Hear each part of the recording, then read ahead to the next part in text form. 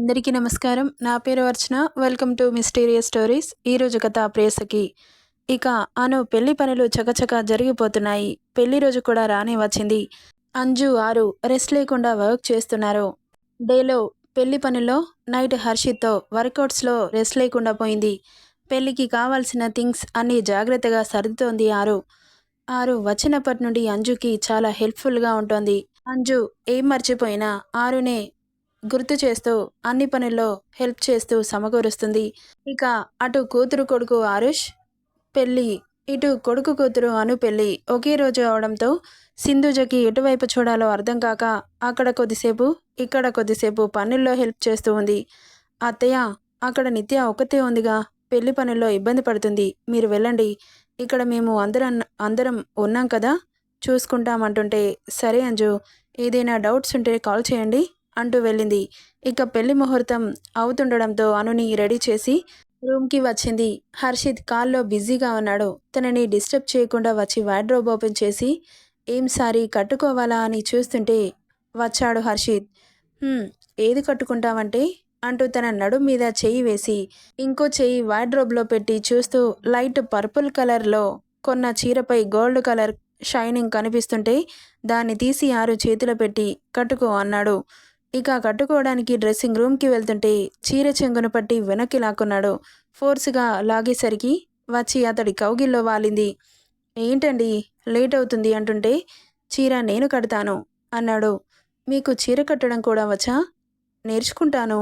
ఆమె ఒంటి మీద చీరలాగి తీసి పక్కన పడేసి బ్లౌజ్ పెట్టికోట్ కూడా నేనే వేయాలా అన్నాడు అల్లరిగా. ఏం అవసరం లేదు, నేను వేసుకుంటాను అంటూ వెళ్తుంటే మళ్ళీ ఎక్కడికి, బ్లౌజ్ పెట్టికోట్ వేసుకుని వస్తానండి అంటుంటే, నేను వేస్తాను అన్నాగా అంటూనే ఆమె బ్లౌజ్ థ్రెడ్స్ విప్పాడు హర్షిత్. వీపు మీద అతడి మునివేళ్ళు చేసే అల్లరికి ఒళ్ళు కంపిస్తూ ఉంది. ప్లీజ్ అండి, నేను వేసుకుంటాను అనింది లోగొంతులో. ఇక బ్లౌజ్ హుక్స్ని రిమూవ్ చేసి, దీనికి ఇంత ఓవర్ యాక్షన్ చేయాలా, ఆల్రెడీ ఇన్నర్ ఉందిగా. హో, ఉందని డిసప్పాయింట్ అయ్యారా అనింది. ఇన్నర్ నుండి కనిపిస్తున్న అందాలని ఓరకంట చూస్తూ ఉంటే, ఓయ్ అనింది. అన్నాడు చిన్నగా. ఏం చూస్తున్నావు అంటుంటే తల మీద ఒకటిచ్చి తెలిసినా తెలియనట్లు అడుగుతున్నావేంటి అనుకుంటూ ఆమెను హత్తుకొని, ఎందుకిలా పిచ్చిగా మారిపోతున్నావు, నిన్ను వదిలి క్షణం ఉండాలనిపించట్లేదే, పెళ్ళికి కాస్త లేటుగా వెళ్తే ఏమవుతుంది అన్నాడు ఇంకాస్త గట్టిగా హత్తుకుంటూ. మన ఇంట్లో పెళ్ళికి లేటుగా వెళ్తే ఏం బాగుంటుంది, పెళ్ళికి వెళ్లే ముందు ఏంటి పిచ్చి పనులు, ఇవి పిచ్చి పనులు కాదు, బ్రెయిన్ని రిలాక్స్ చేసే వర్కౌట్స్ అన్నాడు. ఇక వదలండి, పెళ్ళికి టైం అయిపోతుంది, అత్తయ్య గారు పిలిస్తే అస్సలు బాగోదు అంటూ అతన్ని కష్టంగా వదిలించుకొని బ్లౌజ్ వేసుకోవడానికి బెడ్ మీద ఉన్న బ్లౌజ్ని తీసుకుంటుండగా ఆమె బ్యాగ్ని చూసి చేతి దురద పెడుతుంటే ఒక్కటిచ్చాడు. అంటూ అరిచింది ఆరు. అరవకుండా ఆమె నోటిపై చేయి పెట్టి, నీ బ్యాగ్ సూపర్ బేబీ, చాలా టెంప్టింగ్గా ఉందని వేశా అంటుంటే, ఇదేం శాడిజం అండి అంటూ ఏడుపు గొంతుతో అంటుంటే, నిన్నిలా ఏడిపిస్తుంటే చాలా ముద్దుగా ఉంటుంది అంటూ బ్లౌజ్ని చేతిలోకి తీసుకొని ఆమెకి వేసి హుక్స్ పెట్టి వెనక థ్రెడ్స్ టై చేసి, ఇది మాత్రం నేనే వేసుకుంటాను అంటూ పెట్టికోట్ తీసి వేసుకుంటుండగా, నో అంటూ దాన్ని విప్పి వేరేది వేస్తుండగా, ఆల్రెడీ పాయింట్ ఉంది కదా, ఈ మాత్రానికే పెద్దగా ఓవర్ యాక్షన్ చేస్తున్నావు అని గునుక్కుంటూ థ్రెడ్స్ టై చేసి శారీ పట్టుకొని చిన్నగా కడుతూ ఉన్నాడు. అతడి మునివేళ్ల స్పర్శకి మెలుగలు తిరుగుతూ ఉంటే ఒంట్లో వేడి ఆవిర్లు చల్లార్చుకోలేక నానా తంటాలు పడుతోంది ఆరు. ఇక చీర కుచ్చీలని బొడ్డు లోపలికి దోపి ఆమెను చూశాడు. కళ్ళు మూసుకొని టచ్ ఫీల్ అవుతూ కనిపించింది. ఇలా కంట్రోల్ చేసుకునే బదులు ప్రొసీడ్ అవ్వచ్చుగా అన్నాడు చీర చెంగుని సెట్ చేస్తూ. అతని మాటలకి తేరుకొని చూస్తోంది హర్షిత్ని గుర్రుగా చూస్తూ. నన్ను కుదురుగా ఉండనివ్వకూడదని నా ఫీలింగ్స్తో ఆడుకుంటున్నావు కదా అనింది హెయిర్ని లూజ్గా వెనక్కి బర్న్ చేసి ముందుకొస్తున్న హెయిర్ని కర్లీగా తిప్పి లైట్గా మేకప్ టచ్అప్ చేసి పర్పుల్ కలర్ స్టోన్ స్టిక్కర్ పెట్టి కళ్ళకి కాటుక, చేతులకి గాజులు, నడుముకి వడ్డానం, మెడలో నగలు వేసి పాలరాతి శిల్పానికి ముస్తాబు చేసినట్లు రెడీ చేసి చూశాడు. అందంగా కనిపిస్తున్న అతని సతీమణిని చూసి మురిసిపోతూ ఆమెను హత్తుకొని నుదుటి మీద ముద్దిచ్చి పద అన్నాడు. ఆగండి అంటూ అతని కాళ్ళకి నమస్కారం చేసింది. అలా స్పృశించగానే అతని బాడీలో ఒకలాంటి పులకింత. ఆరు కాళ్ళని టచ్ చేసిన ప్రతిసారి ఆ ఫీల్ని అనుభూతి పొందుతున్నాడు. ఇక ఆమె భుజాలు పట్టి పైకి లేపి బుగ్గకి ముద్దిచ్చి పద వెళ్దామన్నాడు. అతనితో పాటు కదిలింది ఆరు. ఇక చూడ ముచ్చటైన జంటని చూసి అందరూ దిష్టి పెడుతుంటే ఇద్దరికి దిష్టి తీసింది అంజు. ప్రియా అనుని ఇద్దరిని రెడీ చేసి గౌరీ పూజ చేయించి మండపానికి స్టార్ట్ అయ్యారు. ఇక అప్పటికే అబ్బాయి వాళ్ళు కూడా మండపానికి చేరుకోవడంతో పెళ్లి కూతుర్లని పందిట్లోకి ఆహ్వానించి పెళ్లి కూతురు పెళ్లి కొడుకుతో చేయించాల్సిన తంతులను చేయిస్తున్నాడు పంతులు గారు. అంజు హర్ష ఇటు అను పెళ్లిని చూసుకుంటూ అటు ప్రియా పెళ్లిని కూడా దగ్గరుండి జరిపిస్తున్నారు. ఇద్దరి అల్లుళ్ళు కాళ్ళు కడిగి కన్యాదానం చేశారు. ఇక చూస్తుండగానే తప్పిట మేళాలతో మండపం అంతా వినబడుతున్న పవిత్రమైన వేద మంత్రాలతో వచ్చిన అతిథుల సాక్షిగా కోటి దేవతలు కొలువుదీరిన పెళ్లి మండపం సాక్షిగా మూడుముళ్ల బంధంతో ఒకటయ్యాయి రెండు జంటలు. ఇక పెళ్లిని దిగ్విజయంగా జరిపించి పెళ్లి కూతుళ్ళని అల్లుళ్ళు తీసుకుని ఇంటికి చేరారు. ఇక మిగిలిన కార్యక్రమాలు చేయించి అప్పగింతలు స్టార్ట్ చేశారు. అల్లారు ముద్దుగా పెంచుకున్న తన కూతుర్ని ఇంకో ఇంటికి పంపించడానికి హర్ష మనసు ఒప్పట్లేదు. కానీ తప్పదు, ఎప్పటికైనా వెళ్లాల్సిందే. వస్తున్న కన్నిటినీ కష్టంగా ఆపుకుంటున్నాడు. ఎప్పుడు చిరునవ్వులు చిందిస్తూ మహాలక్ష్మిలాగా ఇంట్లో తిరిగి ఆడబిడ్డ పెళ్లి అనే పేరుతో పుట్టింటిని వదిలి తన కొత్త లోకానికి వెళ్ళిపోతుంటే తన కంట్లో కూడా నీరు ప్రవాహంలా వచ్చేస్తోంది. డాడీ అంటూ హర్షని చుట్టేసి గట్టిగా ఏడ్చేసింది అను. ఆమె తలని మరుతూ కూతుర్ని గుండెలకి హత్తుకుని గట్టిగా కళ్ళు మూసుకున్నాడు. తన కూతురితో ఉన్న జ్ఞాపకాలు గుర్తొచ్చి కన్నీరు ఆగట్లేదు అతనికి. అంజు వీళ్ళిద్దరిని చూసి దగ్గరికి వచ్చి ఇద్దరిని ఓదార్చడంలో పడింది. ఇంతకీ తండ్రిని వదలట్లేదు అను. చూస్తున్న వాళ్ళందరి కళ్ళు చెమచేరాయి. ఇక కష్టంగా విడిపించింది అంజు. తల్లిని హత్తుకొని ఏడ్చేసింది అను. తన తల మీద ముద్దు పెట్టి ఏడుస్తూ వెళ్ళకూడదు తల్లి అని ఓదార్చింది. పక్కనే ఉన్న హర్షిత్ పరిస్థితి కూడా తండ్రికి అతీతంగా ఏం లేదు. కన్నీటిని బయటపడకుండా కష్టంగా ఆపుకుంటున్నాడు. అను హర్షిత్ ఫేస్ని చూసి ఇంకా గట్టిగా ఏడ్చేసింది. చెల్లిని గుండెలకి అదుముకొని ఏడవకరా అంటూ ఓదార్చాడు. రేపటి నుండి ఎవరితో గొడవ పడతావన్నయ్య అనింది ఏడుపు గొంతుతో. ఆమె మాటలకి ఒక్కసారిగా అందరూ కన్నీరు పెట్టుకున్నారు. చూస్తున్న అగస్త్య అను అలా ఏడుస్తుంటే తట్టుకోలేక, అను కంట్రోల్ యువర్ సెల్ఫ్, అందరినీ ఏడ్పించేస్తావా? ఎక్కడికి వెళ్తున్నావు? ఇక్కడేగా ఉండేది. నీకు ఎప్పుడు కావాలంటే అప్పుడు రావచ్చు, వెళ్ళొచ్చు అని అనుని హర్షిత్ని విడిపించి ఆమెని హత్తుకొని హర్షిత్ భుజం తట్టి ఓదార్చాడు. నా చెల్లి చాలా ఇన్నోసెంట్ బావా, ఇప్పటి నుండి తన బాధ్యత మీదే. ఎంత కష్టం వచ్చినా తన చెయ్యి వదిలిపెట్టకు అని ఏడుస్తూ చెప్పగానే తన భుజం తడుతూ నేను చూసుకుంటాను అన్న భరోసా ఇచ్చాడు అగస్త్య. ఇక కూతుర్ని అను అత్తమామ అగస్త్య చేతిలో పెట్టి అప్పగించి సాగనంపారు. ఇక ప్రియాని కూడా ఆరు కిరణ్ నిత్య చేతిలో పెట్టి అప్పగించారు. ఇక వాళ్ళు వెళ్ళగానే హర్ష హర్షిత్ చెరోవైపు దిగులుగా కూర్చున్నారు. ఇక వాళ్ళని అలా చూస్తూ ఉండలేక అంజుని హర్ష దగ్గరికి వెళ్ళి ఆడపిల్ల అన్న తర్వాత ఒక ఇంటికి వెళ్ళడం కామన్. అది అందరి ఆడపిల్లల్లో జరిగే నార్మల్ థింగ్. అది మీకు కష్టం కావచ్చు కానీ తప్పదు. ఇప్పుడు మన ఇంట్లోనే ఉంచుకోవడం భావ్యం కాదు కదా. ఇక కాస్త ఎంగిలి పడదురు పదండి అని పిలుస్తుంటే ఏం మాట్లాడలేదు హర్ష. మీరలా దిగాలుగా కూర్చుంటే జరిగేదాన్ని మార్చలేం కదా. ప్లీజ్ అండి, కాస్త మనసుకి సర్ది చెప్పుకోండి. తను ఎక్కడికి వెళ్ళింది? ఇక్కడే ఉంది. మీకు ఎప్పుడు కావాలంటే అప్పుడు వెళ్ళండి. అలా వెళ్ళబుద్ధి కాకపోతే తననే ఇక్కడికి తీసుకొచ్చుకోండి. ఇలా దిగులుగా కూర్చుంటే బాలేదు అని ఎంత బ్రతిలాడినా వినిపించుకోకుండా హర్ష అతని రూమ్కి వెళ్ళిపోయాడు. ఇక హర్షిత్ కూడా తన రూమ్ నుండి బయటకు రాలేదు. ఆరు ఎంత బ్రతిలాడినా ఆ రోజు తినకుండానే అటు హర్ష ఇటు హర్షిత్ అలాగే పడుకున్నారు. వీళ్ళని సముదాయించలేక అటు అంజు ఇటు ఆరు పడే పాటలు అంతా ఇంత కాదు. ఇక్కడ అను కూడా ఇప్పుడు తల్లి తండ్రి లోకం తనకి. తల్లి కంటే ఎక్కువగా హర్షతోనే ఉండడంతో బాగా గుర్తొస్తున్నాడు. తన కంట్లో నీళ్లు ఎంత వద్దనుకున్నా వస్తూనే ఉండడంతో ఎంతసేపు ఏడుస్తావు? నువ్వు ఇలా ఏడుస్తుంటే నాకేం బాలేదు. ప్లీజ్ కంట్రోల్ యువర్ సెల్ఫ్ అను. ఎలాగో రేపు వస్తారు కదా, ఎందుకు ఏడుస్తున్నావు? రెగ్యులర్గా చూస్తూనే ఉంటావుగా అంటుంటే పెళ్ళికి ముందులాగా అయితే మా డాడీతో ఉండలేనుగా అనింది. ఇప్పుడు కూడా ఉండొచ్చాను. నీకెప్పుడు వెళ్ళాలనిపిస్తే అప్పుడు, ఎన్ని రోజులు ఉండాలనిపిస్తే అన్ని రోజులు ఉండు. నేనేం అబ్జెక్షన్ చెప్పను అంటుంటే అగస్త్యని చూసి సారీ సార్ అంటూ అతని చేతి పట్టుకుంది. అను అగస్త్య అను చేతి మీద ముద్దు పెట్టాడు. సరే డిన్నర్ చేద్దాం పదా, మామ్ వాళ్ళు వెయిట్ చేస్తున్నారు. నాకు ఆకలిగా లేదు ప్లీజ్ అనింది. నిన్నిలా పస్తులతో పడుకోబెడితే మీ డాడ్ నా మీద యుద్ధం ప్రకటిస్తాడు. అదంతా అవసరమా? ప్లీజ్ అను, కొంచెం తినేసి పడుకోరా అంటున్నా. నాకొద్దు సార్, నిజంగా ఆకలిగా లేదు. మా డాడీతో ఏం చెప్పను. నేను అంటుంటే, ఓకే అంటూ అగస్త్య కిందకెళ్ళి అను కోసం డిన్నర్ ప్లేట్ తీసుకుని రూమ్కి వచ్చాడు. ప్లేట్ని పక్కన టేబుల్పై పెట్టి అనుని ఒడిలో కూర్చోబెట్టుకొని ఇక తినిపించడం స్టార్ట్ చేశాడు. ఎంత వద్దన్నా వినలేదు అగస్త్య. ఇక పెళ్లి పనులు ఎక్కడివక్కడ అయిపోయి అను అగస్త్య కార్యానికి ముహూర్తం పెట్టించారు. ఇక పుట్టింటి నుంచి శారీ తీసుకొచ్చింది అంజు. ఆ రోజు వాళ్ళిద్దరితో జరిపించాల్సిన కార్యక్రమాలు జరిపించి పంతులు గారు నైట్ 10 గంటలకు ముహూర్తం ఫిక్స్ చేయడంతో శోభనం గదిని అలంకరించారు హర్షిత్, ఆరు.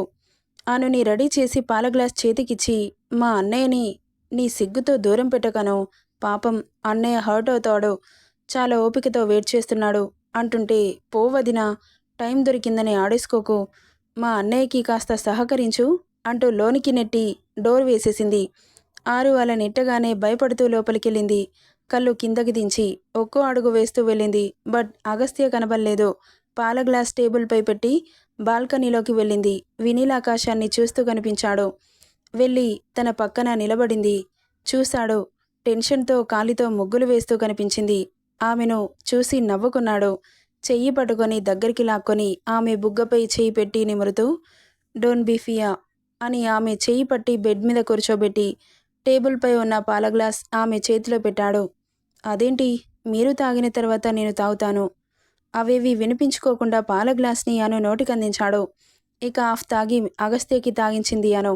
ఆమెను అతడి ఒడిలో కూర్చోబెట్టుకొని, ఈ క్షణం నుండి మన శరీరాలే కాదు, మన మనసులు, మన జీవితాలు ఒక కొత్త ప్రపంచానికి ఆహ్వానం పలుకుదాం.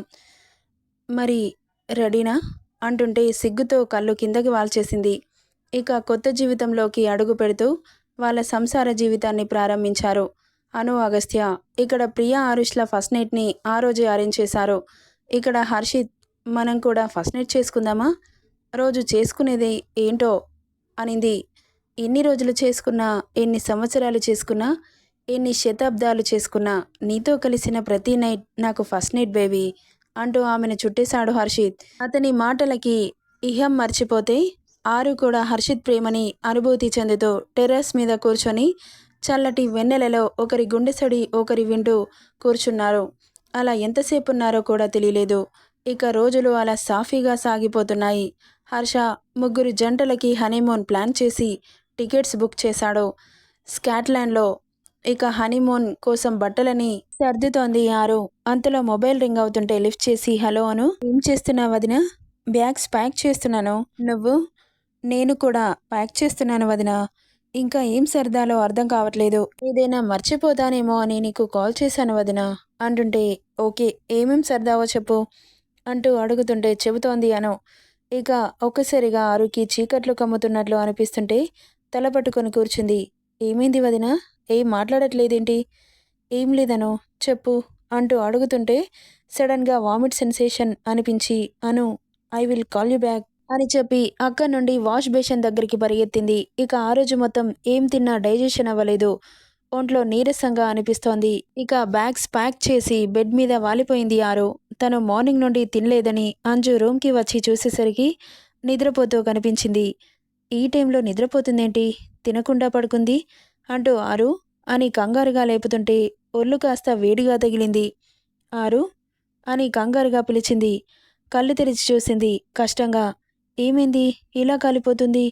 ఏమో అత్తయ్య, కళ్ళు తెరిస్తే కళ్ళు తిరిగినట్లు అనిపిస్తోంది అంటుంటే, అవునా, నేను మన ఫ్యామిలీ డాక్టర్కి కాల్ చేస్తాను అంటూ డాక్టర్కి కాల్ చేసింది అంజు.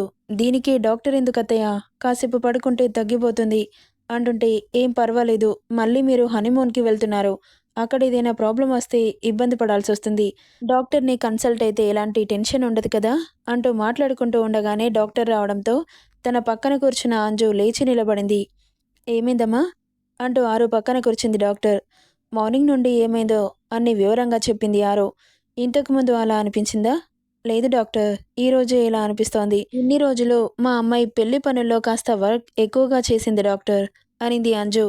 ఇక తన సిమ్టమ్స్ విని తన నాడీ పట్టి చెక్ చేసి, డోంట్ వర్రీ, తను తల్లి కాబోతోంది, అందుకే ఇలా కళ్ళు తిరుగుతున్నాయి, ఇదిగోండి ఈ మెడిసిన్ వాడండి, కాస్త ఆ కళ్ళు తిరగడం వామిట్ సెన్సేషన్ తగ్గిపోతుంది, రేపు హాస్పిటల్కి వస్తే టెస్ట్ల స్కానింగ్ చేసి ఫీటస్ వీక్స్ హార్ట్ బీట్ ఎలా ఉందో చూద్దామని చెప్పి వెళ్ళిపోయింది డాక్టర్.